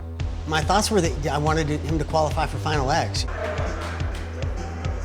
I thought Chance was the #1 guy to get to Final X. He's good enough at that point, really, to beat anybody. You know, he's good enough to beat anybody. I felt like I walked into the tournament with a chip on my shoulder going into the World Team Trials in 2022. Marsteller's been looking really good of late. Strachey, of course, won his second NCAA title this March. I wrestled Carter, Strachey first round. Guys beat me before. I think a lot of people expected at first for him to win that one. I get to go ahead, take down the win with short time left, and completely like split my head open. Oh my gosh, look at Chance's face. What happened? I had this nasty scar with like 10 stitches in it that I wrestled with the rest of the tournament. I go on to get redemption against McFadden in the semis. Shot, and that's gonna basically do it. Marsteller's gonna hang on here in this front headlock, and Marsteller moves into the championship finals. All right.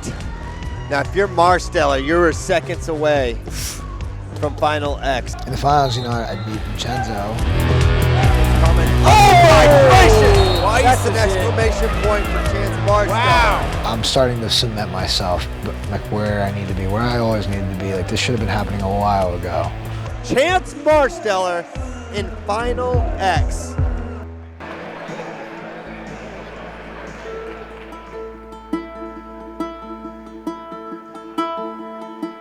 That day of winning that World Team Trials, it was on the same day I wrecked both those cars at the height of my addiction. When I wrecked those cars, I felt like it was the beginning of the end, and when I won World Team Trials, I felt like it was like the start of a new. And that was kind of my coming out party. That's when I let people know like about using fentanyl. And It's been coming up on 2 years exact soon. I was an opioid addict. I was addicted to fentanyl, and staying away from that and making sure my wife and kids have somebody that they can look up to, you know, when they say dad, or when she calls me her husband, you know, like that shit's important to me. Getting through the World Team Trials and winning it, what it did was it set up a best-of-3 match series with Jordan Burroughs. Representing Sunkist Kids and PRTC, Jordan Burroughs! Jordan Burroughs, one of the greatest that we've ever had in our sport, coming off of a world title at a new weight class, you know, 79 kilos. And that being the world title that plummeted him into superstardom in our sport, you know, surpassing John Smith as the winningest wrestler of all time, 7 world and Olympic titles. That was who he was up against.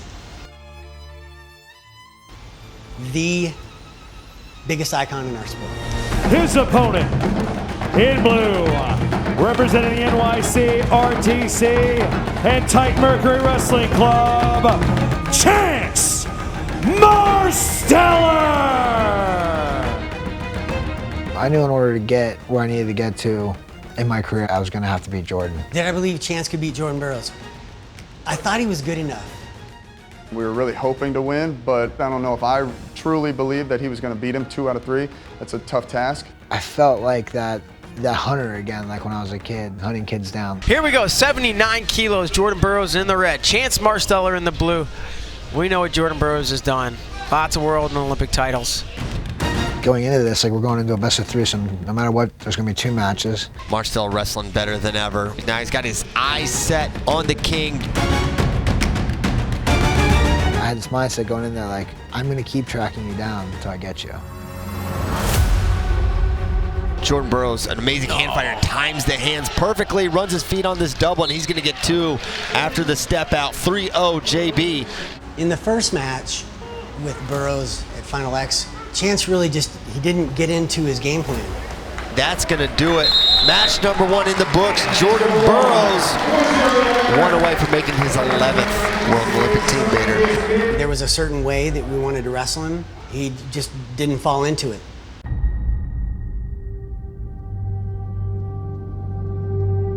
the second match, you know, the discussion between rounds was, look, dude, just get into where you need to be. You know, stay in his face, cover ground. He doesn't like to be tight. He wants space. Let's go, Chance! And so you've got to fill that space. Just fill it and stay focused on that one thing particularly.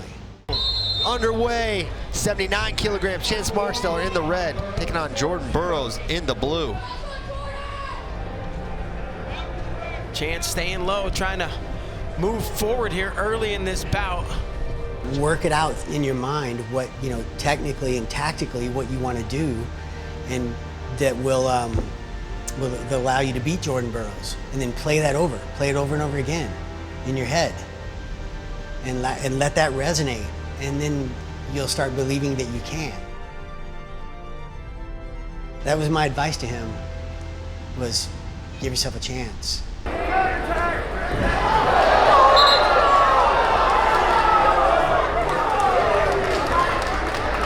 I remember being in match 2, getting close to winning. Like the clock's starting to tick down. Like we're getting towards like 90 seconds left in the match, and I remember looking at the clock and I'm like, I'm winning.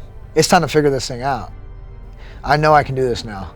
Take a deep breath, readjust your mental state. Like I know I can do this in this moment. You know, in the second match, almost to perfection, did he keep pressure on Jordan. And it had a lot to do with why he won the match. We're gonna have a third match in Marsteller Burroughs. Wow. Chance Marsteller executes a game plan masterfully. We closed that one down, and then in between match 2 and 3, Chance was so happy. He was so happy. I kept having to remind him that you have to wrestle again, and you need to beat this dude. Let's go, Chance! You can fucking do this!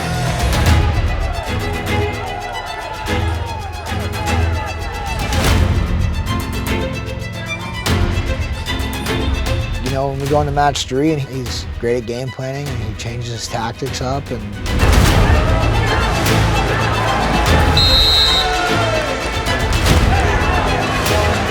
Jordan said it best in his interview at FloWrestling 2022, you know, again, experience, he's been there before. In order to do it twice against him, like, they gotta figure out how to go do it again, like, they gotta replicate. Whereas I've been here plenty of times, you know, the odds were on his side.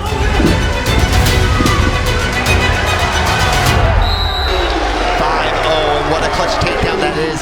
Perhaps that match was too much for Chance to go back out and stay focused again on what he needed to do.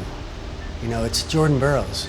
You know, he can take you out of your game, and he did. And he did it convincingly. The third match wasn't close, though. I just think he was a little satisfied to beat Jordan Burroughs once. Bound for Serbia, Jordan Burroughs!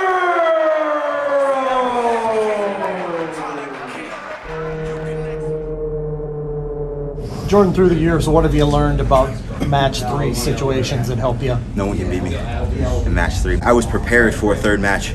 Anytime someone beats me, especially in a series, it is mentally overwhelming for them.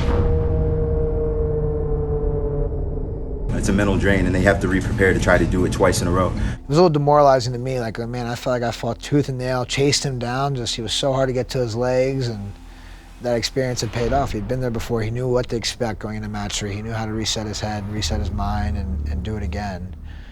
I remember being ticked off myself more so because I felt like I put so much time and effort into it. I gave max effort and didn't get it done. When you do that, though, it gives you two things. It pisses you off like nothing ever could before. But at the same time, like, walking off that mat, knowing I gave max effort and lost, I knew I could figure it out. Because again, one, I did figure it out at least once. I know I can do it now. I know I can beat him. I did it. 2, that whole thing that happened in 2019 at the Olympic Trial US Open, where I was changing my goals to meet my actions, not my actions to meet my goals, that was no longer a thing, right? I constantly give max effort, and I can live with giving max effort. I can live and go home and fight another day with knowing I did whatever I could that day. I don't have to live with regret for losing that match like I have to live with the regret from Texas in 19. That's the kind of stuff that was able to carry me off the mat. like, yeah, I'm ticked. I was definitely outbested today. There's nothing to it. How you're progressing, and where you are in your progression, you know, you're scratching the surface, man. You're gonna get so much better. It was good information going forward. After that 3-match series with Jordan Burroughs, Chance believed that he could beat him, because he did. You know, and then it was a factor of being able to do it twice. You were early?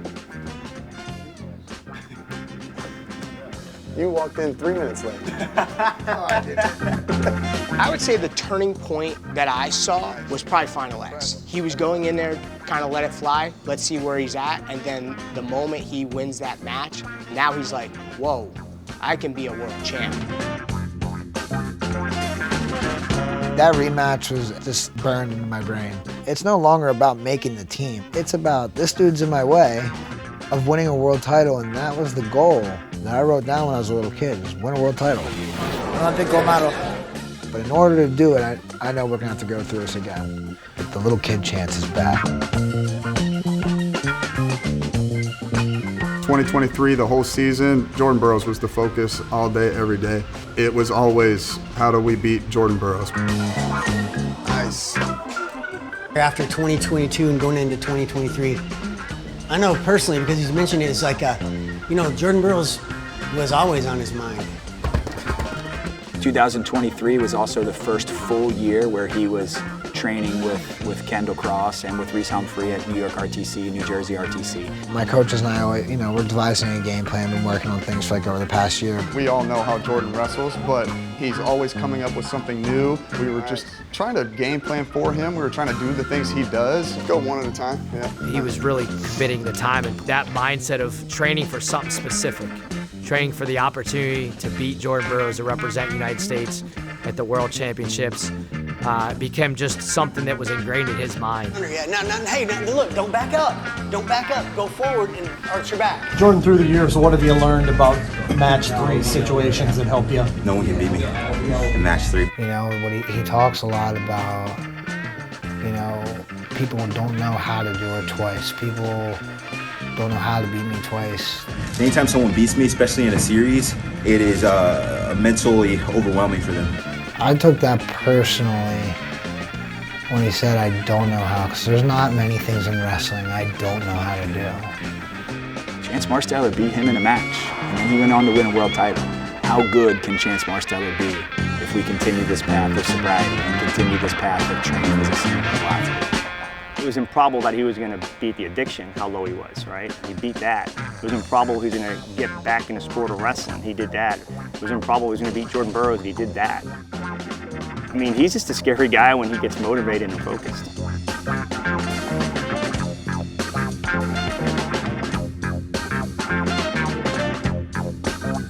Anybody who takes a match from a guy like Jordan, even if it's one, gives you confidence in what you're going to do the rest of your career. I think I tell my high school the same thing, like, you know, like sometimes they wrestle ranked kids, and my guys are good enough to be ranked, but they just can't beat a kid who's ranked. How do you think I'm moving forward from that wall? But as soon as they get that one, the dominoes fall in place, right? It literally took the whole year to get the game plan set, and Chance believed it more than anybody that he was going to win. You couldn't tell him he was going to lose to Jordan. Welcome to the Final X Men's Freestyle Press Conference here at Prudential Center. I think oftentimes when you find yourself in the tunnel, standing next to your opponent, and the magnitude of the moment really starts to get to you, you have to remind yourself that you prepared for this, you chose this. I think confidence factor walking into 23 Final X as compared to the year before is, it's not close. You meticulously prepped and arrived at this moment. And I knew going to the Final X I was ready. But man, I wasn't expecting match 1 to go the way it did.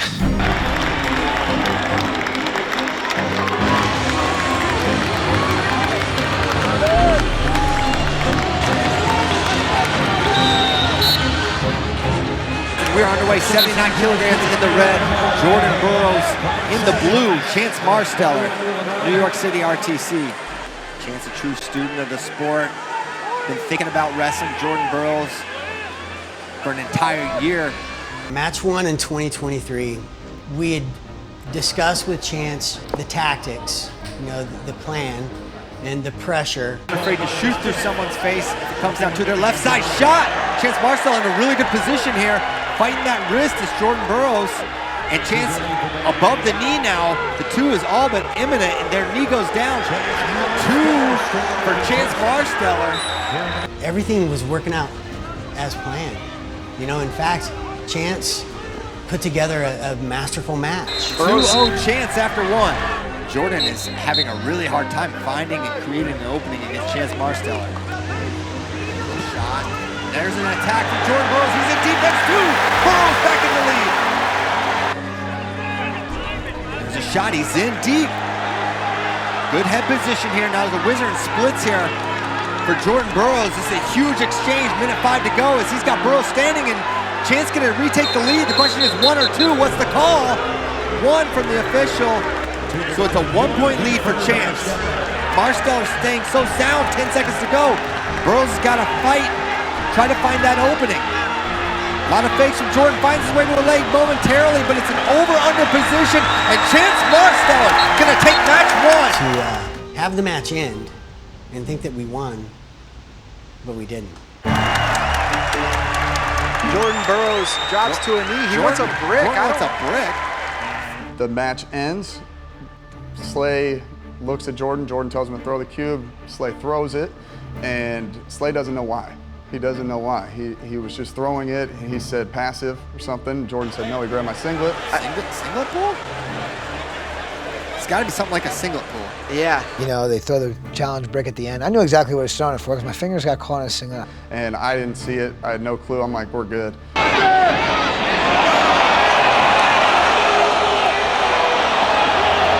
Coach Slay putting the 1 up.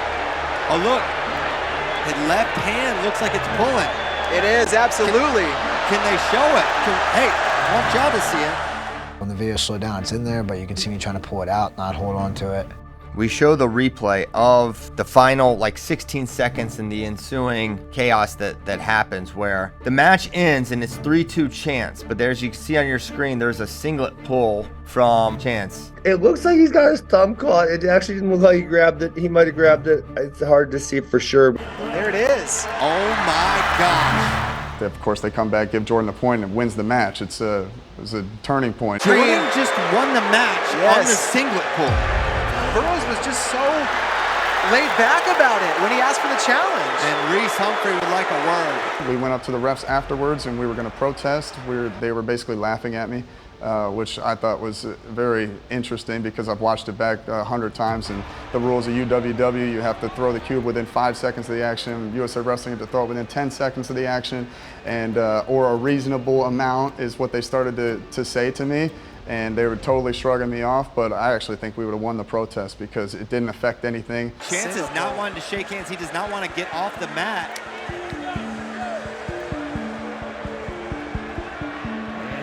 And there it is, hand raised. Jordan takes match 1. And not everyone's that thrilled about how this one concluded. To have lost that match, I think it was, well, for me, it was just disheartening. My take is it was a legit singlet pull. You know, based on the rules, that 1 point was warranted.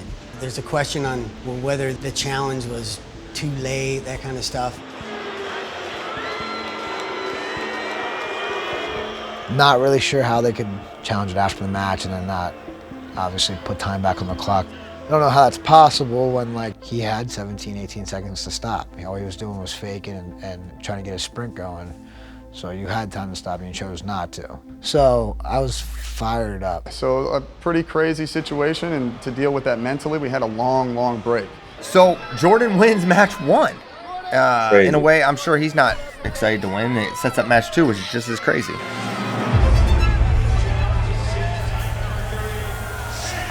I just kind of kept telling myself, dude, you need to throw a brick, a Hail Mary brick, or a yellow brick to beat me in this last match. You're not gonna be able to do that every match. I'm gonna get it. Coming off that match, what was the message to Chance? It was, look, man, you're wrestling great. You technically didn't lose that match. You beat him. Go do it again. You thought you won, and now you're in a huge hole against the greatest American wrestler of all time. You woke up this morning and you had 2 matches to win. Nothing's changed. Here comes Jordan Burroughs. A lot of crowd support for the New Jersey native.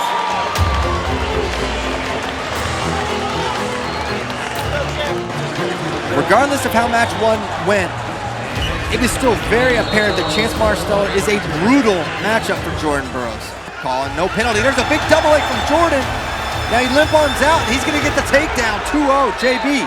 Jordan starts with a hard double leg and jumps out to a 2-0 lead. Really nice. You're like, okay. That's when I was getting worried for Chance. Like, oh, damn, that was his chance to win. Yeah, 100%. We're back to action. Post, and there's same shot for Chance. This is how he was able to score in match 1. Can he convert here? This is going to be a little tougher finish than the last time. Splits for Jordan Burroughs as Chance brings him towards the edge. Oh, caution at 1 offered. 2, no caution from the judge. 2 confirmed. That's a takedown for Chance Marsteller. It's 2-2. Chance into the lead. The thing I remember most about match 2 was every time Chance gave up a point, he got a point. Burroughs didn't have that lead for long, and now Chance Marsteller back in control, and he is tough with the lead.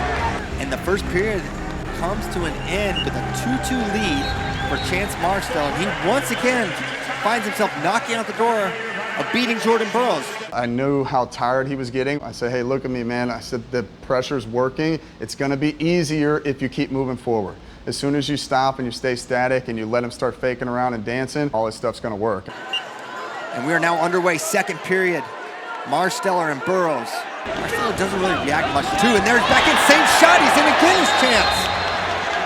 Oh my goodness, what a finish by Chance. 4-2. And it's that same attack for Chance.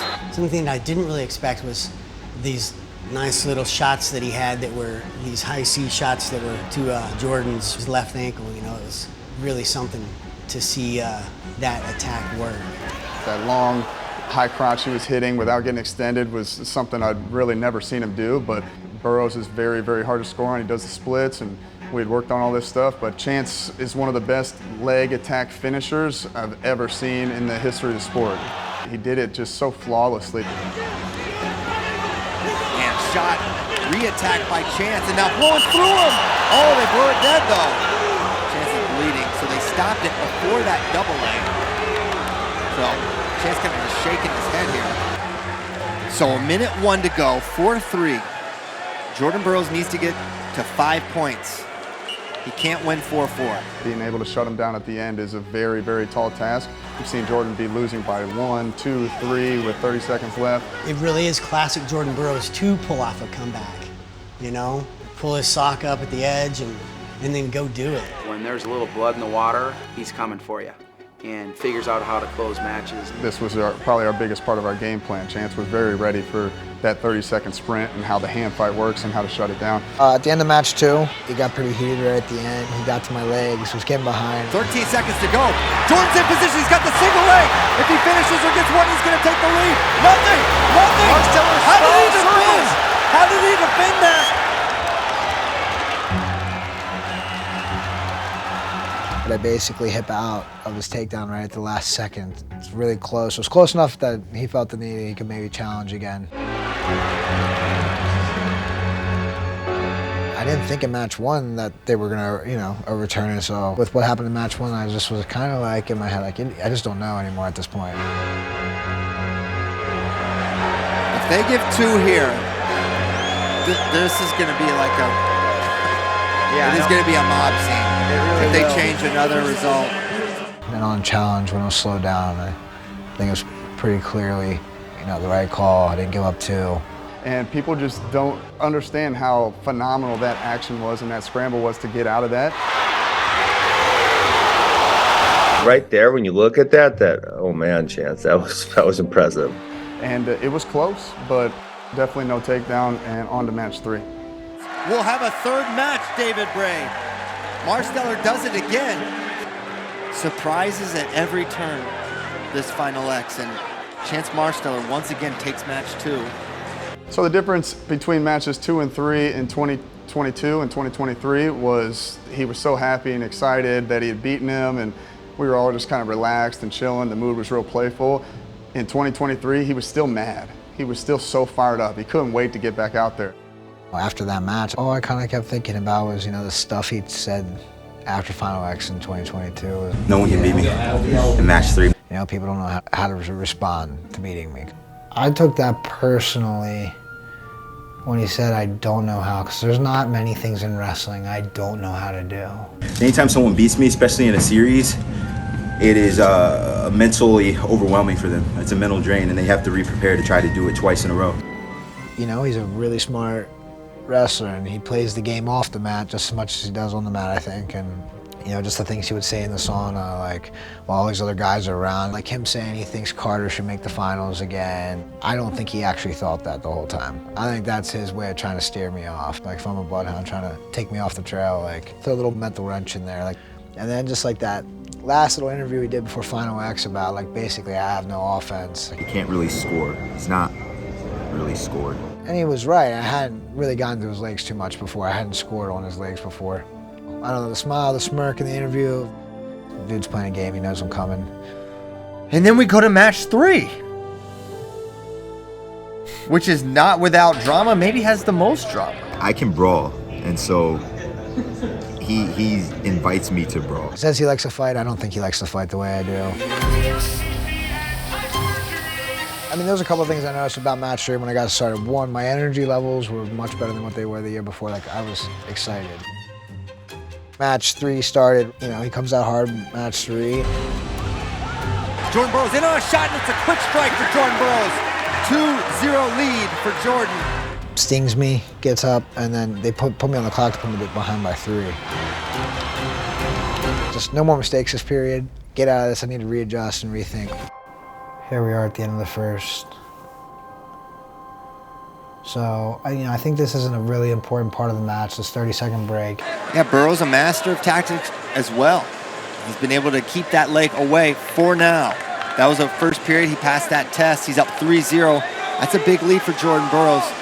But expect the unexpected with Chance Marsteller. I think this is where like a big mental adjustment came in. Let's go, Chance! Honestly, I couldn't tell you what Reese and Kendall were saying to me right now. All I remember thinking about was Nate Jackson.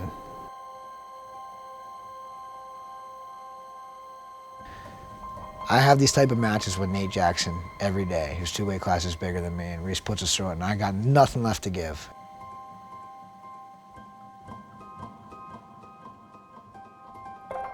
The start of the second period match 3 with Jordan, like, I'm tired. Like, I think anybody would be, right? And you're down 3-0, and like, you lost this way the year before, you were down 3-0, like, that's when I think most people start to give in on themselves. I think that's when I've given in on myself before. And all I could think about was like, dude, I've been here so many times in the last 2 years with Nate in practice. There's been days I've been able to figure it out. It's time to get it figured out. They call him the general because he's like, when you go against Chance, like, he's always game planning on you. Like, I don't like it. Out of it. He's one of the greatest wrestling minds that I know. Back to action. And what people don't understand is he's really smart, like super smart. Great exchange. Another attack for Chance Marsteller. He's on a single other side. Can he get one? Yes. 3-1 now the score. It's so rare that you have someone that can match Jordan tactically. 90 seconds to go. Marsteller's going to need to find his way to a takedown. High crotch. He's in deep. This is the position he's been able to finish. He's close. Splits from Jordan Burroughs. He's got it lifted. I get to his legs twice, but only capitalize on 2 1s.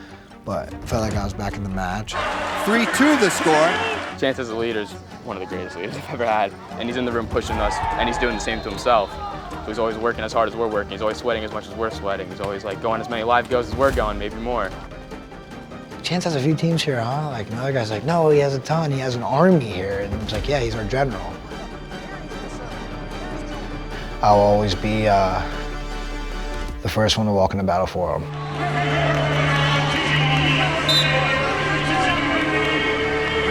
.43 seconds to go. There's a shot from Jordan Burroughs. He's close to 1. Can he get it? Yeah, match 3, the most controversial call of the year. Very, very close, very close. This changed everything. Chance was so tired. Oh, he was so tired. It was to the point where he was tired enough to want to go for broke. It's 3-2, Burroughs in the lead. He's on a double leg, driving Chance towards the edge. Chance pulls him up and is right on the edge. And as Jordan is driving him towards his back, Chance kicks him through, exposing Jordan's back after landing on his back. And all chaos after that. Go ahead.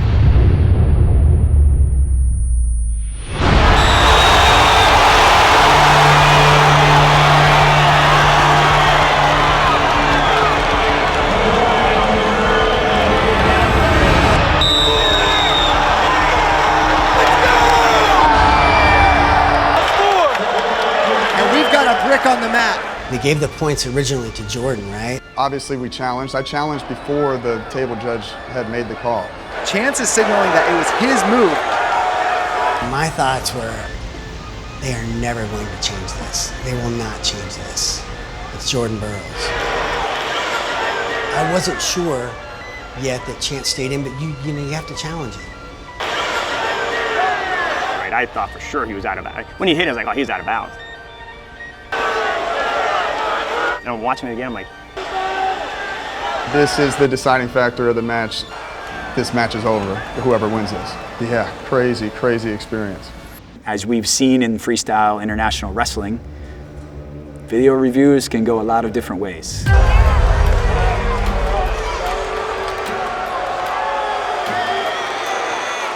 I would say at the end of that match, it's probably, one of the more interesting finishes to a match that I can remember with that much riding on it in a scenario where people can look at the same action and get a different opinion. And can be, wholeheartedly believed by 10 different people to be 10 different things. It just kind of got wild. I've never been in so many matches in that best of 3 series, just with a little bit of fighting and bickering over every little thing counted in that series. Both corners are adamant that it's for their athlete. The angle that they showed on live at the venue, clearly Chance. The angle that Flo posted, clearly Burroughs. I still think this is probably going to be Jordan's points. And even watching it on the big screen, I went back and forth with him. We got this, we got this. Oh no, we're not winning this. There's no way they're going to see it. Oh wait, we're good. No. It was so insane from a different angle how different they looked. If Chance has stepped out, the rule is he can't score exposure points. The optics of Chance laying on his back are not good. That I didn't like. So many people thought he stepped out. The whole foot has to be out for Jordan to be correct here. But his foot goes way out of bounds and comes back in, so we're safe there. Yeah, Marsteller's foot's in. Marsteller's foot's in. If any part of the foot is in, you are in, and that's not a step out. Chance had the wherewithal. I don't know how he kept his feet in bounds, but that's just years of just knowing wrestling and knowing your body, right? So to be able to see on the big board that he stayed in, my thoughts were, are they going to reverse the decision, reverse the call? And my gut was that they weren't. It's Jordan Burroughs. I felt like Brandon Slay and that camp were setting up before the match. They were over in the ref's ears, they were over at the head table. I don't necessarily know what was said, but I could see them, trying to play the game. I get it. I've been a coach for a long time. Not judging. And as much as we want sports and sportsmanship to be fair and equitable, it sometimes just isn't. In that long break, because they're obviously looking at the challenge, they want to make sure it's the right call. And it's close. So yeah, nervous, very nervous. So I'm just kind of talking about the things that favor us to the people that can make the decision. And I'm also kind of talking to them about don't do this to Chance. And I was trying to let him feel that first match decision. This is all Chance's move. And to me, the easy evidence is this, is if Jordan wants to get a 4-point move here, he has to be attempting to take Chance to his back. Can we rewind? And I'll tell you where to pause, Tyler. Are we rewind? This is not the best thing. Go back a little more. As they're falling, watch Jordan's right hand. So right, pause it, a little more. Okay, so it looks like Chance is going to step out. He puts his foot back on the line. Watch Jordan's right hand. Jordan's right hand doesn't even have a hold of Chance. He's not trying to dub leg him. He's not trying to knee pick him. Jordan's right hand is going to be posted on the mat, right there. His right hand's on the mat. Chance is the only one trying a move right now. That's it. 4 blue. They go 4 blue.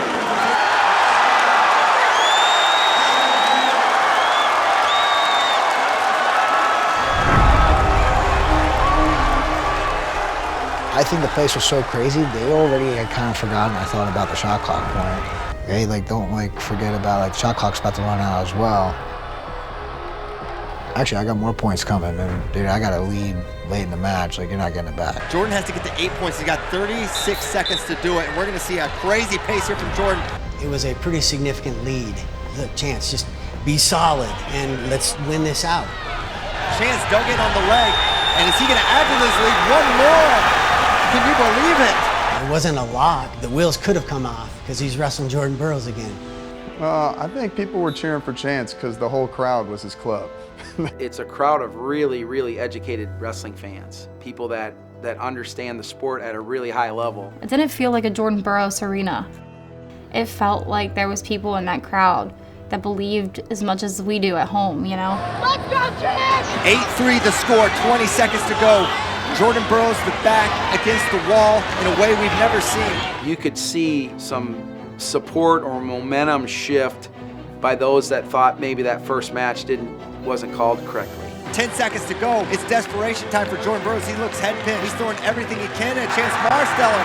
As we were getting deeper into the third match, and Chance was becoming this hero. It was almost like Rocky in Russia. They're cheering Rocky against the Russian dude. You could feel that people wanted Chance to win.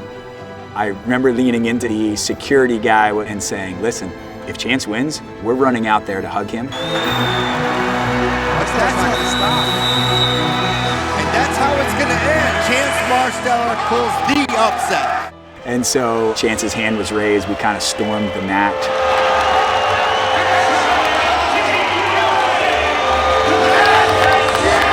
Can you believe it? This crowd is going crazy. They can't believe what they're seeing. Chance wins.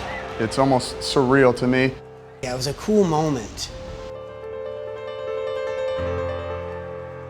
Chance is trying to hug me. I gave him a little tap on the head and I let him go and get to his club and his whole crowd that was really ready to dance and celebrate and party.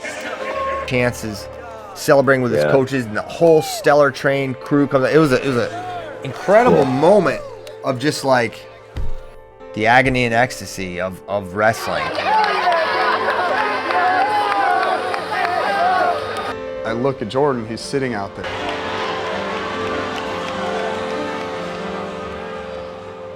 He's dejected. He was just in shock.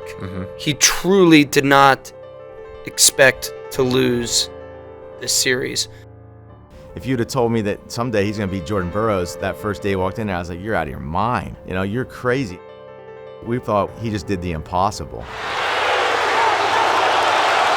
I don't think anybody ever thought that that's what he was gonna do. To see him be able to reach certain goals as a coach was pretty emotional. And I know the people around him that have seen his shortcomings and his struggles, that was something that they'll remember forever. Who would ever thought that he was going to go on and beat the greatest wrestler, you know, in the history of the U.S.? Whoever thought that? I mean, and he did it. Bouncing back from serious drug addiction to a guy that was probably done with the sport, that's tough to watch right there. Dude, now here he is knocking off one of the world's best ever and making the world team. That was just shocking to the wrestling world. And if you know much about Chance Marsteller, this is a guy that's been through it. Been through some really, really difficult trials. Yeah, I don't think it's a stretch to say that Chance Marsteller is the greatest example of human triumph in the history of our sport. The rise and then the fall and then the come up is really important for everybody to know. With what he's been through, the depths of his addiction, and now going on and having a chance to wrestle in the World Championships. That's a great story. And so people need to hear that. In order for me to stay sober, I need to share my story and help another person to stay sober. But like, I truly believe God's calling wasn't for me to wrestle and be a great wrestler. I think it was to use my story and use my wrestling as a pedestal to save other lives. It would be really hard to do that if I relapsed, to have somebody believe in what I believe in.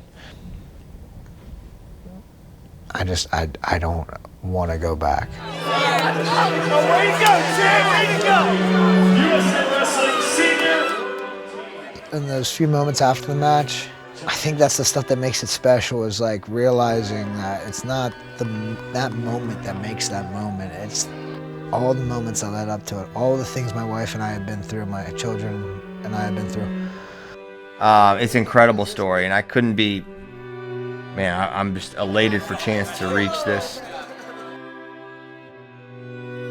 There was a time where I didn't know how I was gonna put food on the table for them. There was a time that I didn't know what our life was gonna look like, and it feels like it just kind of come like full circle of like, this is the life that I've always wanted for them. This is the life that I've always wanted for Chance and I. I mean, it took us a while to get here, a few speed bumps, but like, I don't feel like I'm in fight or flight mode anymore.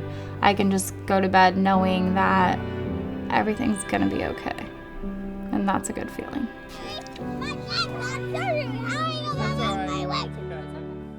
Jose, our chaplain at USA Wrestling, is like, you must be so proud, like after Final X. And I'm like, what? Like, he's like, you didn't see you on the front page of Win Magazine and like USA Wrestling Magazine or whatever. And I'm like, what? What? Like, I didn't think I'd ever be back there. I think it's funny how things play out in life, and like that piece of that one little shred of something I hung on to get myself sober came full circle. That happening again just showed me that like so much is possible. When I got to prison, I remember I read this quote on the ceiling that somebody had written with a pencil. It said, "Be careful what you think, because your thoughts become your words. Be careful what you say, because your words become your actions. Be careful what you do, because your actions become your habits. Be careful what you make a habit, because your habits become your character, and your character becomes your destiny."